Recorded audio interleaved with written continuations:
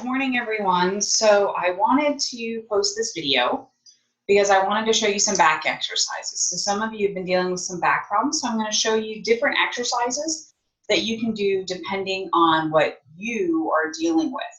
There's only going to be two pieces of equipment that you're going to need for some of the exercises, not even all of them. The first is a 10-pound dumbbell. So you're going to want this 10-pound dumbbell for only some of the exercises, and I'll explain when and why. The next is called a posture pump. The posture pump is if you have neck pain. So you would have to order this. You can get it on Amazon. I got mine through my chiropractor. So that's something you can do. So I want to go ahead and get started. The very first thing you should do is strengthen your spine. So I need to make sure that I'm down here and that you can see me. You can. Okay. First part. Put your hand to your head to cradle your head. And you're going to lift your left arm and your right leg. So you lift that and leave your head down. You hold this for 5 seconds, and then you put it down. You do that, all of these exercises you're going to want to do for up to 30 seconds minimum. So if you're doing 5 seconds for that, you should be doing 6 sets of 5. If you do 10 seconds, 3 sets of 10. Right hand to forehead, left hand up, right leg up. You do the exact same thing, but with the left hand. So left hand to forehead, right hand up, left leg up, holding for 5 seconds.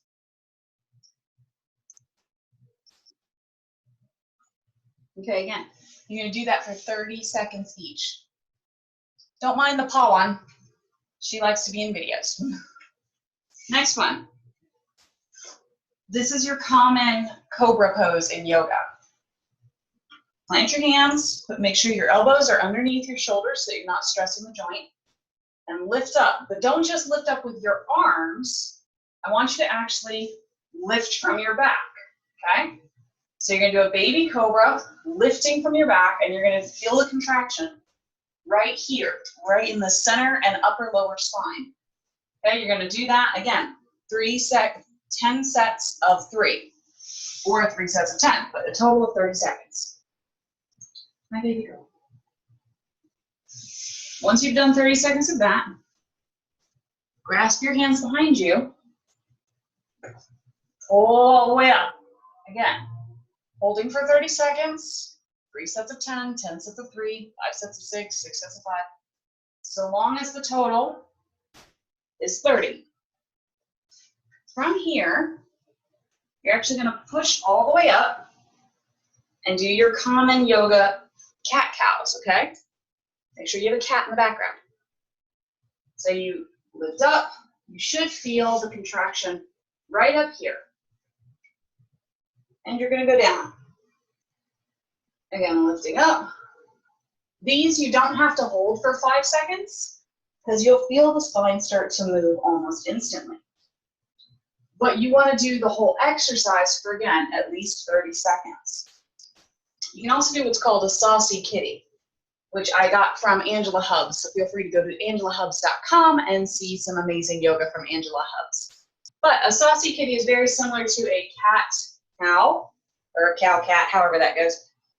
And you're going to actually rotate the spine in a circular form. Notice how I'm getting closer and further away from the camera. Same thing. So that's for strengthening your spine. You need to be strengthening your spine all the time. And I need to move forward so you can see my face. There we go. So you should be strengthening your spine every day. What you don't realize is the spine has little tiny tendons all around it. People tend to work the larger back muscles like their lats, and they forget to work these tiny little muscles that run all right up and down the actual spinal cord. They run right along the actual bone. None of these bones can move without tendons and without tiny muscles. So the larger muscles like your lats aren't going to work the tiny muscles. So you have to remember to work and strengthen those tiny muscles. That's the first one. The next one is I'm going to start going a little more specific to your pain. If you have lower back pain, these next 4 exercises are for you. So for those of you with lower back pain, you see, you can't, okay. My chiropractor calls these the Fab 4, because you can do them pretty much in this position the whole time. The very first is you're going to take this part of your spine. I wonder if you guys can see that. You can't. No, you can't. Whoop. Facing down. Okay. Very first part is you're going to take this part of your back, okay? And you're going to arch it up, and you're going to pull your hips back. So you should be contracting the whole lower back as hard as you can, again, holding for 5 seconds. But then you're going to go the opposite direction and push the lower back into the floor, and your hips will lift up just ever so slightly. So there's not a whole lot of space, but there is enough space between me and the floor. Emma, stop that. Emma. Sorry, that's the other cat. So again, you're going to contract this way, and then you're going to contract the other way, and you'll feel your hips will start to rotate one way, and they'll rotate the other. Again, a total of 30 seconds. So 5 seconds here, 5 seconds here. That's the first one. Second one for back pain. Lifting straight up. Pelvic hip lifters. Very, very simple. Hold for 5 seconds, bring it down. Bring it up, hold for 5 seconds. And again, don't just lift, okay? Because if you're just gonna lift, you're not doing anything for the spine. I want you to actually lift as high as you can go and contract all of this, contract your glutes, contract your quads, contract all of this right here, because one of the things that could be causing your pain is the muscle starting to atrophy. So you need to strengthen all of the muscles that connect to the lower spine. Next, we're going to start stretching. You want to stretch your hamstring. There's several different ways to stretch the hamstring, which is right here. This really long muscle. It connects all the way around. It connects to right here, and this muscle will actually pull on everything here. And then you also have your hip flexors, which connect all the way back here, which I'll show you how to stretch those in a minute. But for the Fab 4, you need to stretch your hamstring. You can do this with your knee bent and bringing your knee back. This is one way to stretch the hamstring. It just depends on where you feel it. So if you're feeling this right here, great. That's what you need to do. Again, 30 seconds, but 30 seconds each leg. So don't just do one leg, because that's not going to help you. Another way to stretch the hamstring is, again, with the knee bent. You put your hands underneath the knee and you pull to the chest, but then I want you to try and straighten the leg. If you notice, I'm going to fix the camera for that. There's Emma. What are you doing, buddy? So you grab underneath the knee, pull it to your chest, and then attempt to straighten the leg. If you notice, my knee does not go completely straight. The reason for that is I am stretching the hamstring in a way it's normally not stretched. Most people, when they stretch their hamstrings, they stretch right here, but the hamstring goes all the way. So if you're only stretching half of the muscle, how do you plan on getting the full effect? You stop doing that? He keeps playing with the cord. So you're going to stretch it here, holding it in, so that you're stretching right up around here. Okay, again, you're going to do that for both legs, 30 seconds. So hands underneath, right underneath the knee, right where the knee bends, and pull it to your chest. Then try to strengthen the leg. Now this one doesn't go even as straight as the other one. The other one I got to 90 degrees. This one, less than 90, which is fine. It's according to how you feel it. It's not according to what I can do or what a yoga professional can do. It is what you feel, okay? So that's stretch for the hamstrings number 2. The next one is a completely straight leg. Grab it from the calf. You don't want to grab the knee. You want to grab the calf, because if you're going to keep pulling on the knee, you're going to stretch the hamstring differently. So you grab your calf, or you can grab below your knee, either one. You get your leg as straight as possible, and that you start to pull down. You know, you're going to start pulling your leg towards you, but I do want you to notice my leg is not that close to my face, not by a long shot. I have a full Seminoles chop between me and my leg. And the reason for this is it's the morning. I'm not all warmed up and flexible right now. I haven't done my morning yoga or anything like that. Now, if you notice, this is something I do. I will actually lock my left leg and I will rotate my hip just a little bit, just to bring some flexibility to the hips. But that's something I do. It's probably more a bad habit than anything else, but it doesn't hurt me. It does allow me to feel the synovial fluid in all of my joints. So I'll stretch my hamstrings, and then I put the leg flat, and I just open and close the thigh. That's just something I do. You're going to do the same thing with your other leg, is you're going to stretch the other leg. You're going to stretch the hamstring. So now I'm feeling that stretch all up in here. And now this one isn't as close as the other one. So I have a little bit of a tightness in my right hip more than my left hip. And you may find that. You may find that you're tighter in one area, and that's okay. That's normal. What people don't realize is we're supposed to be symmetrical, but what we will often do is lean towards one side or the other. I tend to actually lean to my left side, which makes my right side pull harder. So that's why I have a tightness in my right side. So I just have to spend 40 seconds stretching my right side and only 30 seconds stretching my left side. So that's that. Next is going to be your basic spinal twist. So right hand out, left hand on your leg, left hand down, and you just pull, and I'm going to face you, and you should see this lovely, I want you to notice this right here, this lovely little twist. You actually see it in the muscle, and the twist goes from all the way here, twists the whole spine into my neck, which is now facing the opposite way. So my feet, my hips are facing the wall, my head is facing you. Again, don't force this. If you're here with this, that's fine. I've been doing this for a little while, so I have a little more flexibility.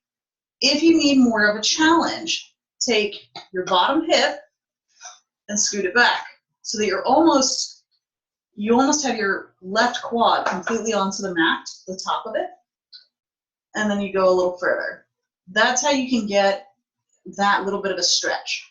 Again, we're stretching the muscles now. We're not strengthening. Now you do the same thing the other way.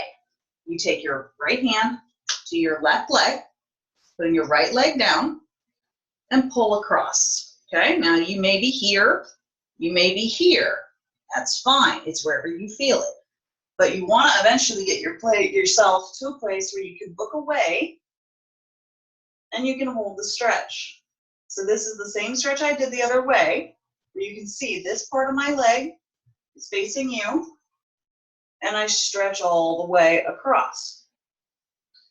Okay, so that's what my chiropractor calls the Fab Four. So a quick review of the Fab Four is your contraction here, contraction here. Your pelvic hip lifters, but again, you're going to contract all of this. Your 3 different hamstring stretches. And then your spinal twist. That helps with a lot of lower pain, a lot of lower back pain. A couple of other things that I do that help with lower back pain. And so these I'm going to have to show you in a different manner. How I'm going to show you that? I'll figure it out. One of the things you can do, if your back is really, really stiff, and you're like, man, my lower back is so stiff, I can't even do the Fab Four. I want you to grab a chair. In my case, I have grabbed a stool. Grab a chair, grab a stool, however it is. And what I want you to do, I'll show you how this goes.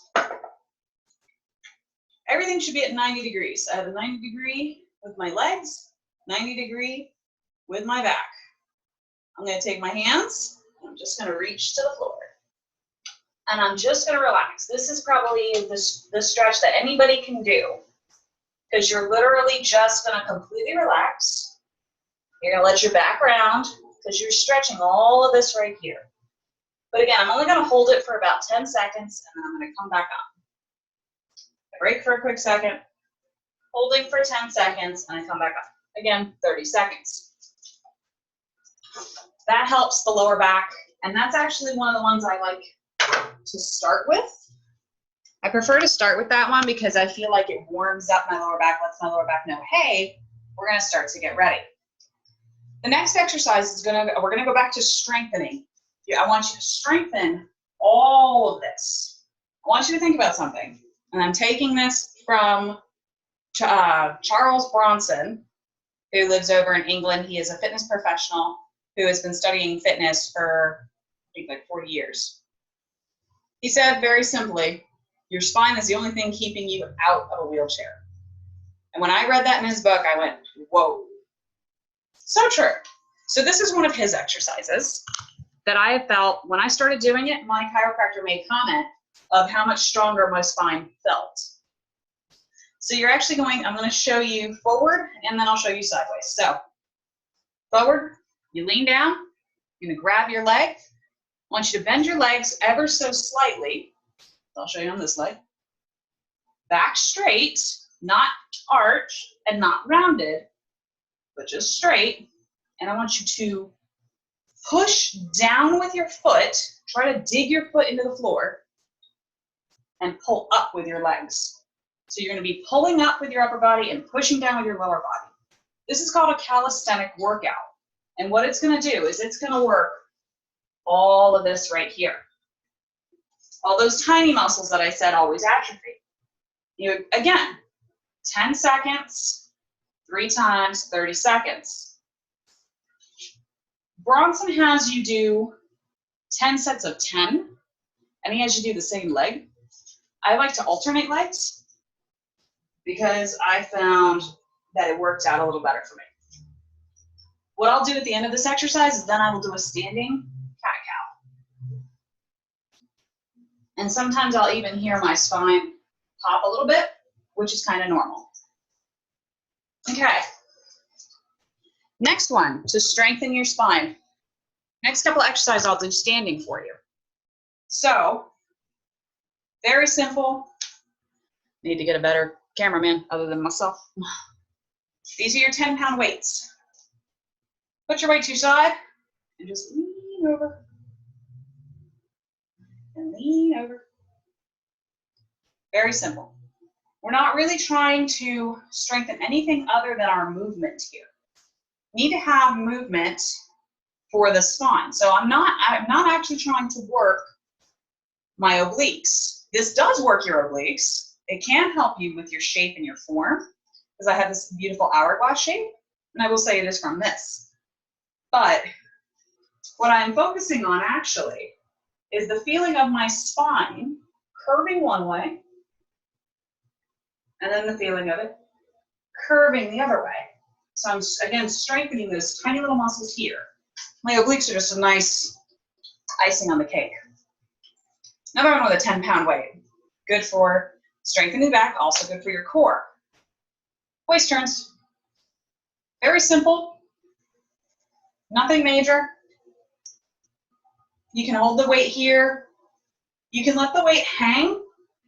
However, I would definitely talk with your chiropractor before you let the weight hang, because that extra 10 pounds pulling your weight, depending on what's going on with your spine, can pull it out of alignment. So check with your chiropractor first before letting the weight hang, because I don't want someone who has a slip disc or who already has a pinched nerve to let 10 pounds, completely throw them out of whack.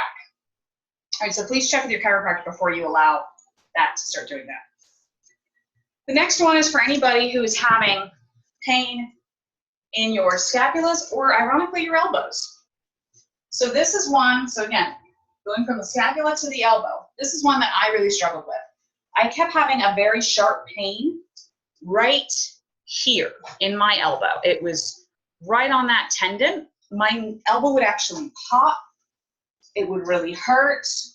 And my chiropractor took a look at it, and he actually had to adjust this scapula. This scapula was actually pulling forward. So he adjusted it back, and then he told me to do a couple of exercises that will pull the scapula back, which I didn't quite understand how that worked with my elbow, but I will explain. So again, you're gonna grab your stool, as I have mine, and this is depending on your body. For me, it's the left shoulder. You're gonna basically do a row, which camera's too far down. All right, so for those of you who know your basic row, straight back, and you just row, right? You know, you come up, but you're working your delts, your tris, and your lats. I want you to do a little more than your basic row. I want you to come up and go past your normal row and pinch the nerve. So you should actually be pinching right there. So you should feel this contract and pinch all the way back. And you're gonna hold that for a minimum of 2 seconds. You can hold it for 5. So you're gonna pinch right here, and then you bring it back. So again, so you should hold it down, you're gonna pinch, and you're gonna let it go. So this is what it looks like on the side. You're actually gonna completely, now when you're rowing, you keep the muscle contracted the whole time. I don't want you to do that. Let it go. Let your arm completely hang, and it'll actually pull it forward. This may sound counterintuitive, but there's a reason for it. You're gonna pull it forward to let the socket in here know, hey, we're about to be working out, and I need you to relax, because you don't need this fighting you when you're trying to get this done. So you let this relax. I do about 5 seconds, and then you contract and you pull, and you're gonna pinch that nerve. You pinch that muscle rather, not the nerve. Don't pinch the nerve, that'd be bad. And then you're going to let it go.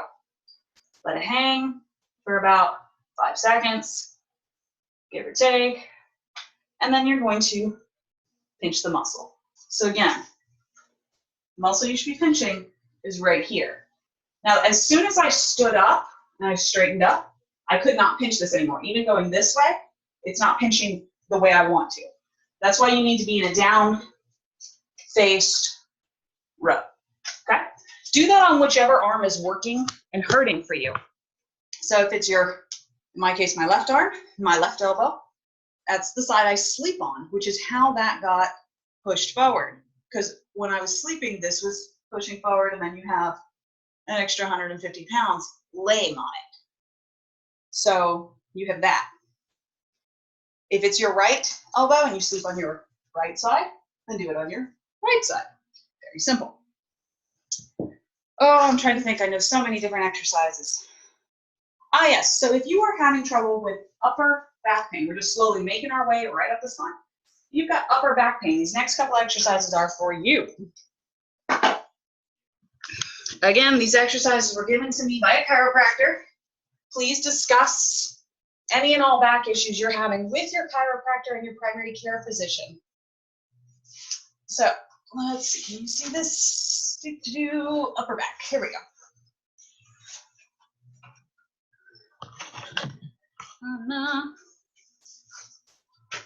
There we go. Okay. You're going to put your face completely down.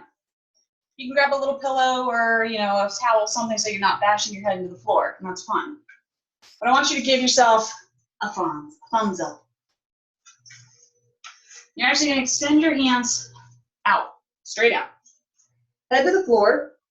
Your head is going to be to the floor, and then you're going to lift both of your hands up at the same time, and you're going to hold for 10 seconds. So Fonzie style, hey, and you're just going to hold. Again, you're going to do this for 5 seconds, 6 times, or 10 seconds, 3 times. I didn't quite notice a benefit to going a full 30 seconds in this position, but it's totally up to you. So you're going to do that, and you want to just keep doing this until you reach your 30-second mark. You'll actually start to feel that. You're going to feel that all right here. because it's going to start to pull your scapulas back for you. You're strengthening this area. You then go behind you, thumbs up, and you're going to go up. You'll notice that you have a lot more flexibility here than you do here. That's normal and it's okay. So you're going to lift up and you hold, then you bring it down. Very simple, 30 seconds. Lift up, hold, down. Next one, arms out to the side. I have to move just a touch. Arms out to the side again. Thumbs up, lift, hold, and down. Lift, hold, and down. 30 seconds each. Next one. You're going to still thumbs up, put your knuckles to the floor. Elbows are bent, and you're going to lift up. Now notice, I can only get like ½ an inch. That's normal because you're moving the scapula in a different way. So these are 3 different ways to work the scapula to strengthen that upper back. Walls in the way. And then you're going to do the same thing right here. You're going to hold. You're going to bring it down. 30 seconds. You can do 5 sets of 6, 6 sets of 5, 3 sets of 10, or even 10 sets of 3. But your total is 30 seconds. Now for those of you, we're just moving our way right up the spine. For those of you with neck pain, have it diagnosed. The reason I want you to have it diagnosed and possibly even x-rayed is because neck pain can be caused by a multitude of things. Neck pain, particularly if you're looking down at a desk all day, your neck actually should be holding your head like a bowling ball, okay? So your head should be here, and it should be basically nice and balanced. But what can happen over time is as we continue to look up and look forward, the neck starts to straighten out. And then what happens is it just completely goes forward. And that's how you get, you know, the old people who they're completely stuck in like this position. They're completely rounded forward. I've seen some people who they literally can't even lift their head because of their neck. So you don't want your bones to go from here to completely straight and much worse, completely forward. So I need you to find yourself a good chiropractor and get yourself x-rayed, get yourself looked at, because that's something that needs to be diagnosed.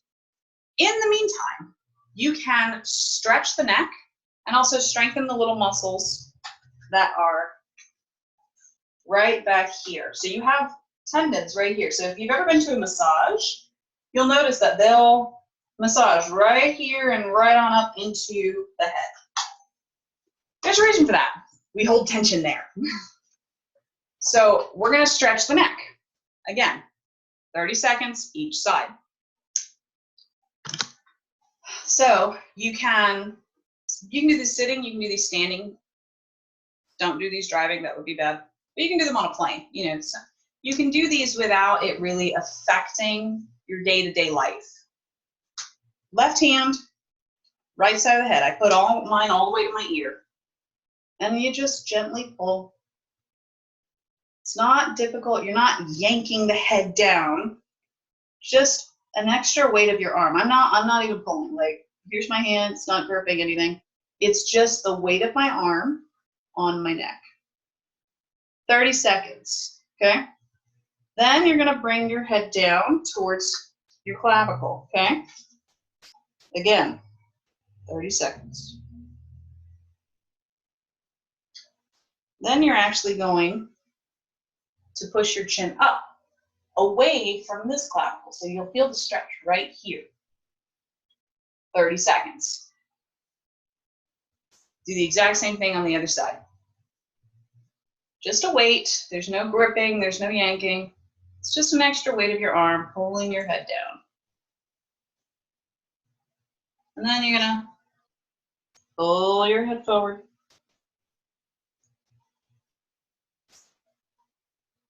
Sorry, I really needed to stretch my neck. This feels really good.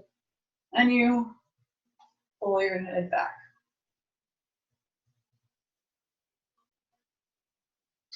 And then if you want an extra bonus, just rotate your head. Just rotate it. Let it go, let it relax. Because the thing is all that tension will continue to pull the bones forward. So you want the tension released, okay? So you want your bones to be pulling back, to be pulling your head backwards, not the tension pulling it forward. So that's that. I've got 2 more things for you, and then I'll let you go. So I'm going to show you how to properly use a neck pump, because I don't want you using it wrong. You can actually do a whole lot more damage. And I'm going to show you one more exercise just to stretch this part of the neck, which you will need some sort of elastic band in some way, whether you get one of those thick thigh bands, which works real nice, cradles your head nicely, or even using a towel, something along those lines. Let me get that.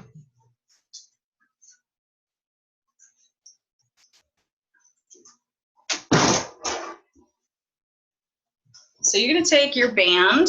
It's better to have something elastic because it's going to give just a little bit. A towel doesn't really give. Hold it so it's flat. Put it to the back of your head. Hold with your arms at 90 degrees, and just push back. So your arms should stay locked and your head should start to push backwards, okay? So notice how I'm pushing backwards, but I don't want you to let your arms go with it. Let your arms push forward. So you guys can't really see this. It probably looks like I'm not moving, but I'm actually pushing against myself. And now I release. So when you push against yourself like that, you actually really shouldn't see a whole lot of movement because you're strengthening those muscles. You're going to start strengthening those little tendons. And again, if you have something that is an elastic band of some sort, that'll give a little bit. You'll see it a lot better. Next is the neck pump, and then we're done.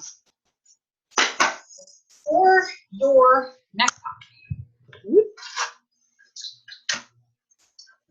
Ta-da.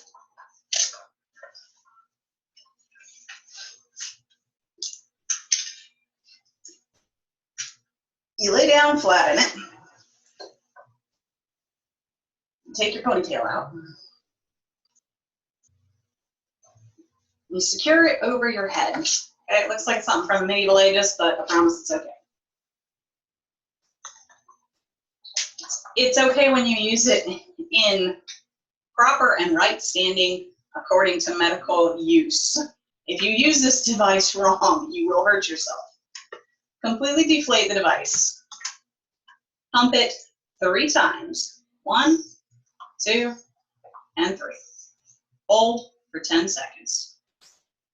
This is one you actually want to do for a little more than 30 seconds. So not 3 sets of 10, but more like 10 sets of 10, because you really want the disc to hydrate. You're then going to deflate, let your head come down, and you're just going to wait a second. And you're going to do it again. 1, 2, 3. You just hang out here for about 10 seconds. You'll feel the pressure in your discs, in your neck. That's okay. That is normal. You just don't want it to be pain. Pressure is one thing because it's hydrating the discs. Pain is another. If you feel a sharp pain while you're doing this, I need you to immediately deflate and call your chiropractor. Get off the thing and call your chiropractor, because you don't want this to hurt. You don't want a sharp pain, and you definitely don't want it to be so that you're doing like 5, 6, 7 pumps and that your whole head is just completely upside down, because that's going to do a lot more damage. So when it comes to your spine, you need to be very gentle. You need to treat it with a lot of love, because again, it's the only thing keeping you out of a wheelchair. So treat your spine with some love. I hope those were beneficial for you, that you'll use them to strengthen your spine that you'll use them to stretch your spine, that you'll use them according to your pain. So if you're having lower back pain, the first thing I need you to do is find a chiropractor and find out why you're having lower back pain. Are you out of alignment? Are your muscles atrophying? Are they not strengthened enough? Are they too tight and they need to be stretched? Are you needing a massage? There's a million and one reasons why you have back pain. These are just some of the things you can do to start to eliminate that back pain. So the first thing I need you to do is find a chiropractor and have him or her diagnose truly what you're doing and what's going on with your spine. If they recommend strengthening, there are the strengthening exercises. If they recommend stretching, there are stretching exercises. If they recommend a neck pump, you now know how to use a neck pump. If they say your scapulas are out of whack and that's why your elbow hurts, you now know how to do a proper row for the scapula. I hope this helps. Let me know what you think in the comment section.